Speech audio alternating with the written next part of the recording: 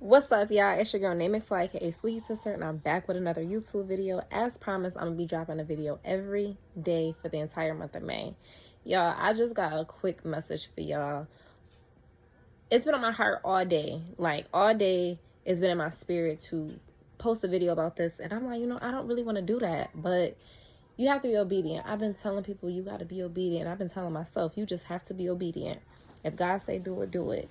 And I really do feel like in this season is different. I turned 30 and it's like God turned me up a notch. I prayed for refining for 2 years without even knowing it. I sung that Maverick City song Refiner for 2 years straight, not even realizing what I was saying. And he did that, but as soon as he did it, I can hear God so clearly now. I feel God's presence. My discernment is so real. Like, I know what's real, I know what's fake. I know what's from God and what is not from God, what is not of God. And I have some incredible stuff that's happening in May. I'm so excited. I cannot wait to share. But for now, like, the message that just was in my heart all day is to just do more. Like, you were doing okay before, and that faith was okay for right then and there. But where you going now is requiring you to do a little bit more. So on Sunday, my pastor was like, the message basically was like, your purpose is in your serving or something of that nature. But it basically was about serving and, not just trying to just receive blessings or whatever, but also serving. Like, I believe that I'm supposed to serve with the youth. I have been doing that. I was a juvenile GED teacher for 5 years. And there was no coincidence that I started that program. They hadn't had a graduate in 15 years before I started.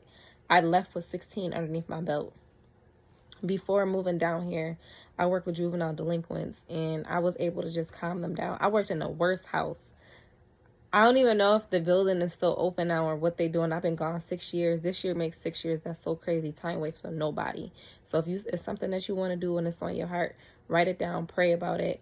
Pray that it's in alignment with God's will for your life and go for it. Whatever it is that your heart's desire, I really truly feel like that came from God. If you praying on it and God keep putting it in your spirit, I really feel like that's from God.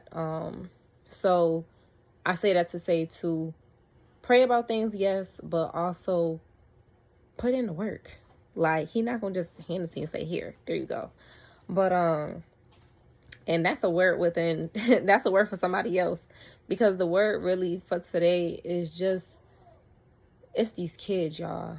These kids is on my heart. I took my friend who passed away, God rest his soul. I took his mom out to lunch yesterday, and we talked. We had such a great conversation. Now, I am naturally a life coach. I am naturally a grief and healing life coach. Y'all, when I tell you, do you know how many times I've had to do this?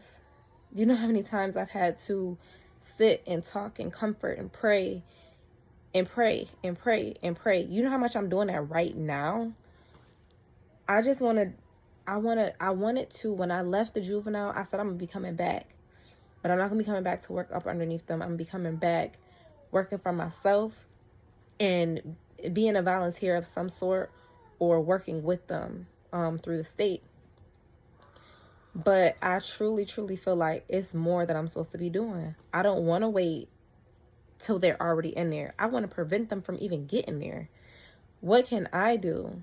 What can we do to help these kids out? And it may seem very impossible sometimes, but all things work together for the goodness, for the glory. God's mercy is so everlasting. God's grace is so good. And if God can have grace with us, we need to learn how to have grace with these kids, have grace with ourselves, and have grace with our families. So that's my prayer, that we come up and figure out a way to help these kids out. Now, for me, what I said, I posted this on my Instagram, and I just posted it on TikTok.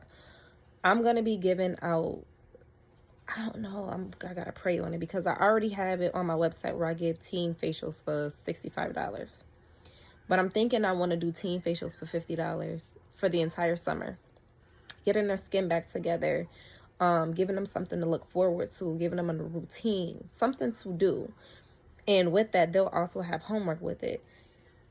I can't help it. I'm a teacher, natural born teacher. But what I realized yesterday, I gave my niece a facial. She's 12 years old. She's 12 years old and she goes to school. She has friends. She seems like she's popular. She seems like, you know, her friends are going to be leaving and going to high school, but she's still going to be in grammar school, or what they call it down here, grade school. I don't know. But that was what set the tone, because I woke up thinking about this and it's been on my mind all day. All day it's been in my spirit. Put the video out. I don't want to talk about it, but put the video out. To prevent somebody from feeling, and it don't have to just be young ladies, it could be young men too. Because we live in a society where everybody's looking at Instagram. When I first moved down here, I talked to these kids in this church I used to go to. And I said, this was 6 years ago. I said, I don't want you to look at Instagram and say, well, I want to have that. I want to drive that type of car too. I want to get that type of watch. Oh, I want that type of girl. Because you don't know what these people are doing for those things. You don't know what those type of girls have to do. You don't know what those type of girls put you through. You don't know what those people have to do for that money, have to do for those cars. You never know. You only see the glitz and the glamour of it. And a lot of the times these kids, and I can speak on this because I have literally watched it happen to my little brother. It's like they listen to the rap music, they get in it, they get in the field, and then they get stuck in it. That's just the reality of it. But what was done to prevent him from doing that? What is going to stop these kids from saying, nah, that look better than this over here? We got to make things fun again. I remember going to vacation Bible school for summer and having a blast, having a ball. Like, God is doing something amazing in me, and I am so grateful. It's like I turned 30 and God turned me up a notch. March was like, because, you know, I turned 30 February 27th. March was like literally the refining for me. I literally, when I say I prayed refinement over my life, literally for 2 years straight. And I'm so shocked at it because I was singing that song for 2 years and had no idea what I was even saying. I just felt it in my spirit though. And when God literally removed all of that stuff, my discernment is so real. I understand. I know where I'm supposed to be and where I'm not supposed to be, what's for me and what's not for me. And I don't worry about any opportunities passing me up anymore, because what God said is for me is going to be for me. And that's what I want to teach these kids. I got to reach these kids. I have to. They relate to me already. They think that I'm their age. That's one. It has always been that way. But if you can, drop some comments down. What do you think? What can you do to get involved? What can you do to help? But yeah, I believe I'm going to be giving $50 facials. I'm also going to probably do like some type of, not boot camp, but some type of life coaching for you. I'm going to figure it out. And I'm going to continue to talk with y'all with it, talk to y'all about it and with y'all. I just wanted to get on here and say that though, God is requiring us to do more in this season. He wants to push us. He wants to stretch us.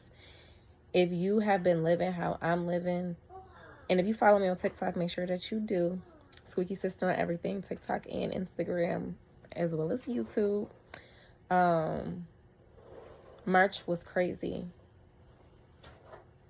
April, I prayed for alignment and abundance over the entire month, and that's what he did. May, I'm saying May manifestation. I'm manifesting everything right now.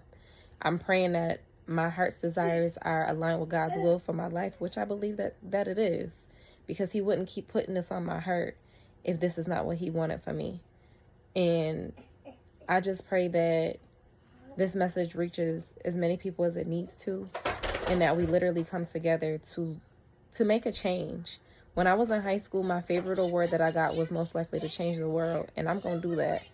All right, y'all. I'll see y'all tomorrow. If you watched all the way through to this far, thank you so much. Make sure you like, comment, subscribe to my YouTube channel. I love y'all. See y'all tomorrow.